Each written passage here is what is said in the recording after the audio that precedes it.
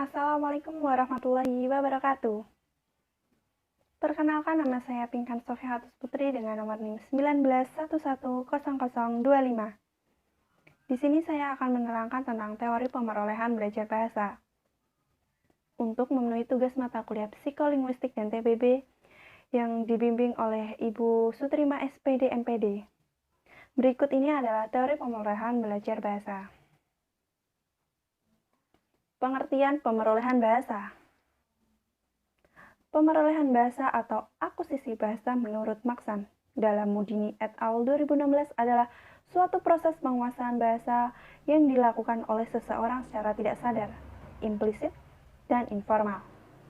Lebih lanjut, menurut Lyson dalam Mudini et al. 2016, pemerolehan bahasa adalah suatu bahasa yang digunakan tanpa kualifikasi untuk proses yang menghasilkan pengetahuan bahasa.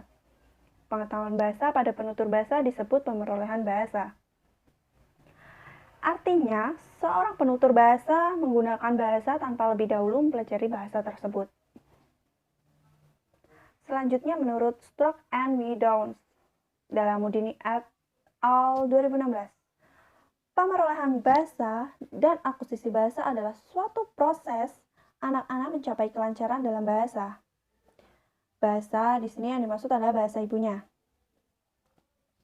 Pemerolehan bahasa biasanya didapatkan hasil kontak verbal dengan penutur asli lingkungan bahasa tersebut.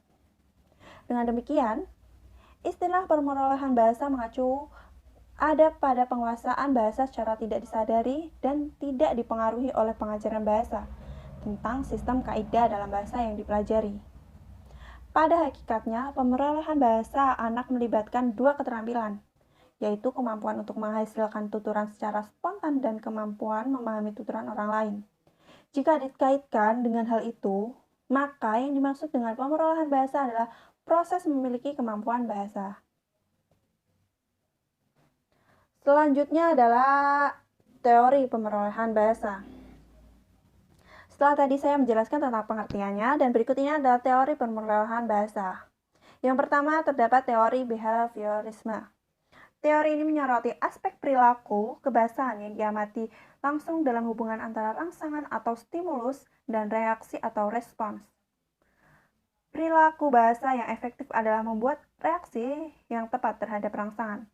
Reaksi ini akan menjadi suatu kebiasaan jika reaksi tersebut dibenarkan. Pada saat ini, anak belajar bahasa pertamanya. Belajar bahasa pertamanya itu dimaksud di sini adalah belajar bahasa ibu ya. Sebagai contoh, seorang anak mengucapkan bilang kali untuk barangkali. Sudah pasti si anak akan dikritik oleh ibunya atau siapa saja yang mendengar kata tersebut.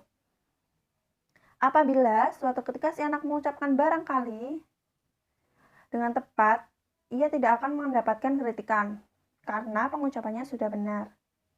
Situasi seperti inilah yang dinamakan membuat reaksi yang tepat terhadap rangsangan dan merupakan hal yang pokok bagi pemerolehan bahasa pertama pada anak. Yang kedua, terdapat teori nativisme. Teori ini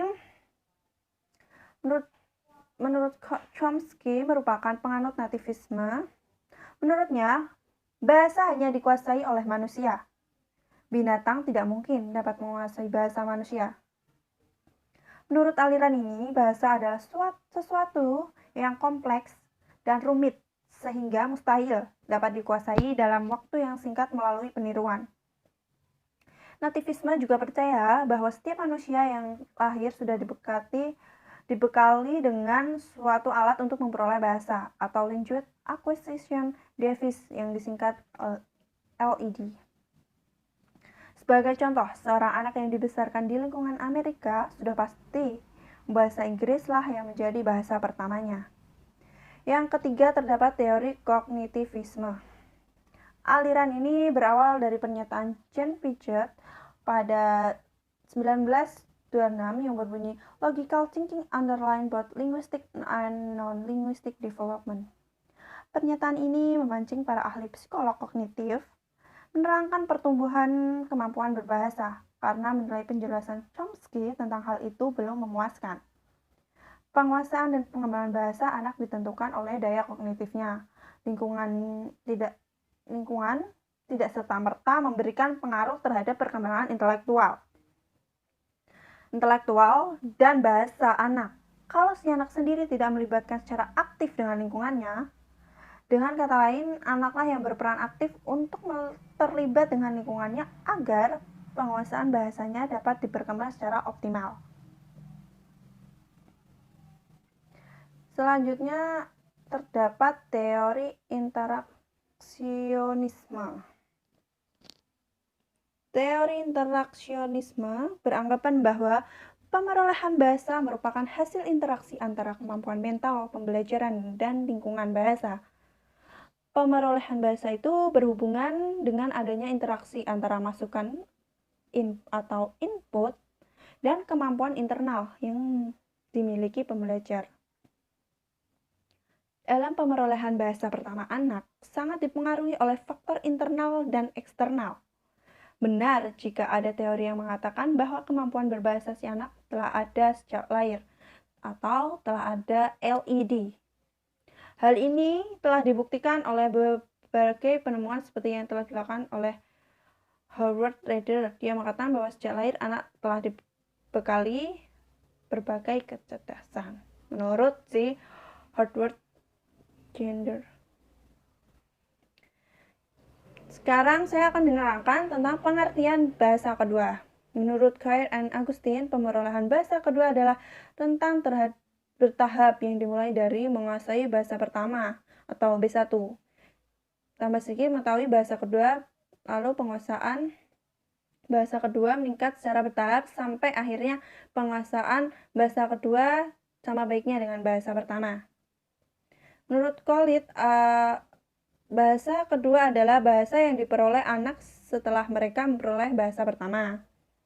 Yang ketiga, menurut Henny Guntur Carigan, pemerolehan bahasa kedua diartikan dengan belajar bahasa asing atau bahasa kedua lainnya.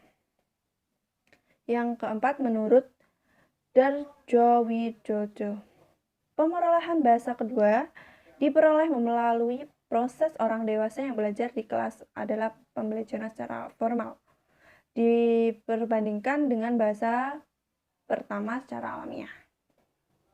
Yang kelima, menurut Wikipedia, pemerolehan bahasa kedua adalah proses seorang belajar bahasa kedua di samping bahasa ibu.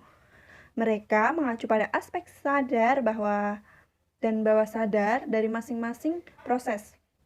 Bahasa kedua atau B2 biasanya mengacu pada semua bahasa yang dipelajari setelah bahasa ibu mereka yang disebut bahasa pertama atau B1. Sebagaimana proses kemampuan bahasa pertama, kemampuan bahasa kedua pun untuk mendapatkan kompetensi semantik, kompetensi sintaksis, dan kompetensi fonologi. Hal ini disebabkan oleh kenyataan bahwa ketika kompetensi tersebut merupakan substansi dari kompetensi linguistik.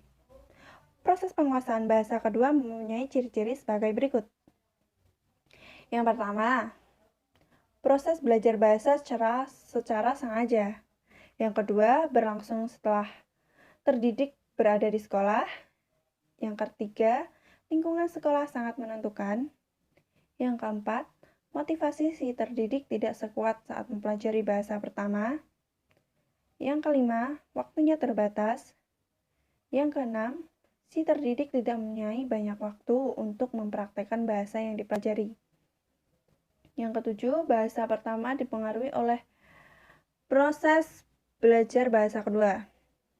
Yang kedelapan, umur kritis mempelajari bahasa kedua kadang-kadang telah lewat, sehingga proses belajar bahasa kedua berlangsung lama.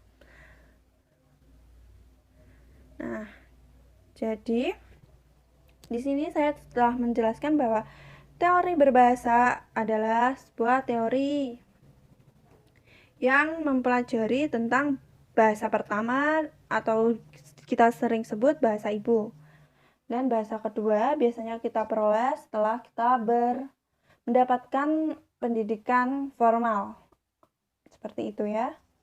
Bahasa pertama sering kita dengar bahasa ibu itu seperti yang diajarkan oleh lingkungan sekitar. Bahasa kedua itu bisa kita pelajari seperti bahasa asing, bahasa Inggris, bahasa Mandarin, bahasa Arab, dan lain sebagainya. Itu termasuk bahasa kedua, karena kita dapatkan dalam pendidikan yang lebih lanjut. Sekian penjelasan dari saya tentang teori pembelajaran pemerolehan belajar bahasa. Wassalamualaikum warahmatullahi wabarakatuh. Terima kasih.